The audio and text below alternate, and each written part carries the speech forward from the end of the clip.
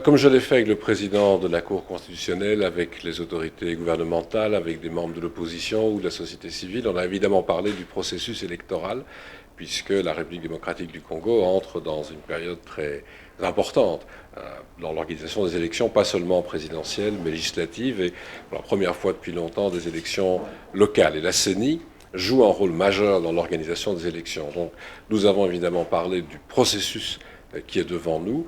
Je dirais qu'il y a deux points qui nous intéressent tout particulièrement dans l'observation des élections. C'est d'une part la manière dont les listes électorales vont être communiquées aux citoyens pour que les citoyens puissent vérifier leur présence et la correction de ces listes. Et l'autre élément, c'est la manière dont les résultats vont être publiés. On sait que l'intention est de publier les résultats par bureau de vote, mais le tout est de voir de quelle manière. Donc on a échangé sur le sujet. Je pense que la CENI aura l'occasion encore d'expliquer cette évolution de la situation avec les différents partenaires internationaux qu'elle rencontre régulièrement. Et nous allons être très attentifs à cette situation parce que je suis évidemment très favorable à l'idée que l'Union européenne participe au processus à travers sa propre observation. Et donc ça, ce sera à régler dans les prochaines semaines.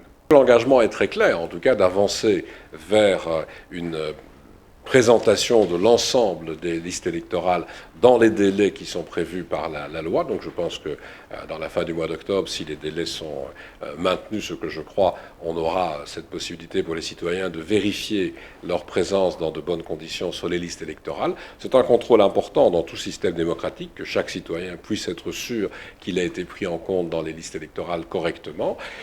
Et puis, il faudra maintenant que la discussion se poursuive sur la manière, je le répète, dont on va publier les résultats. Alors, on sait que l'ambition, c'est de publier les résultats par bureau, mais le fait-on au fur et à mesure où les résultats arrivent, le fait-on localement, tout ça va devoir être évidemment établi, mais je crois que le président de la CENI est déterminé à assurer que les élections se déroulent dans les meilleures conditions possibles. En tout cas, c'est notre ambition aussi du côté européen d'accompagner le processus.